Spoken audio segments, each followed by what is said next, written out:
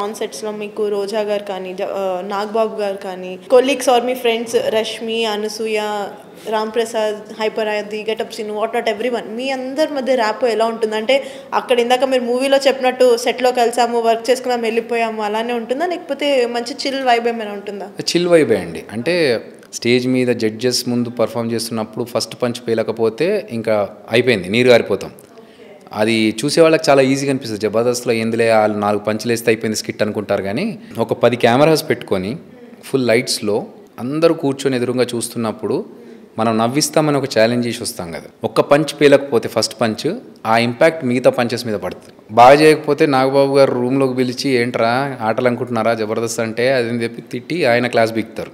So ఈ tension వరకు అది షూట్. అది కాకుండా ఫంక్షన్స్లో కానీ రోజా గారి బర్త్డే అటెండ్ అవుతాం. సో అలా కలుసుకున్నప్పుడు అసలు అది ఒక జడ్జ్ ఒక కంటెస్టెంట్ ఇవన్నీ ఉండవు. వి ఆల్ ఆర్ ఫ్రెండ్స్ అన్నట్టుగా ఉంటాం. అంటే అంత జోవియల్గా మాట్లాడుతూ నవ్వుతూ టైం తెలీదు, అలా గడుస్తూ ఉంటుంది. అబ్బా ఇలాంటి రోజు పెట్టుకుంటే బాగుంటుంది కదా ఇలాంటి మీటింగ్స్ అని అనిపిస్తూ ఉంటుంది.